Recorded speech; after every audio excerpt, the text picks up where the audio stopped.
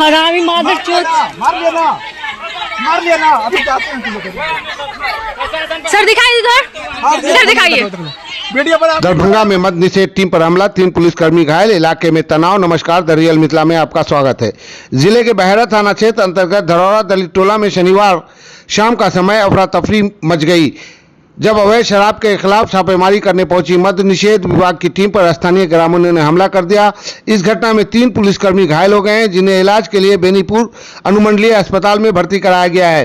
प्राप्त जानकारी के अनुसार मद्य निषेध विभाग को गुप्त सूचना मिली थी कि धरौरा दलित टोला में अवैध तरीके से शराब का कारोबार किया जा रहा है। सूचना के सत्यापन के बाद मद्य निषेध थाना बेनीपुर के थाना अध्यक्ष सिद्धार्थ कुमार के नेतृत्व में एक टीम छापेमारी के लिए गांव पहुंची। बताया जाता है कि जैसे ही पुलिस टीम ने छापेमारी शुरू की, कुछ स्थानीय लोगों ने विरोध करते हुए पुलिस पर हमला बोल दिया।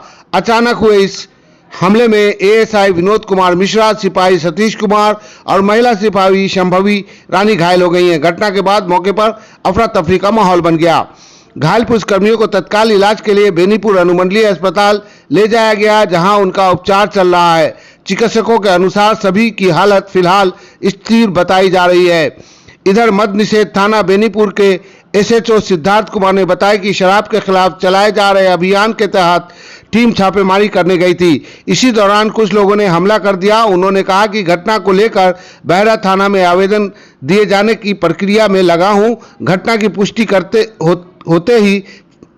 ही कहा कि फिलहाल आवेदन प्राप्त नहीं हुआ है। आवेदन मिलने के बाद प्राथमिकी दर्ज कर आगे की कार्रवाई की जाएगी। घटना के बाद गांव में तनावपूर्ण स्थिति बनी हुई है। किसी भी अप्रिय स्थिति से निपटने के लिए पुलिस बल की तैनाती कर दी गई है और अपराधियों की पहचान कर गिरफ्तारी के लिए छापेमारी की जा रही है।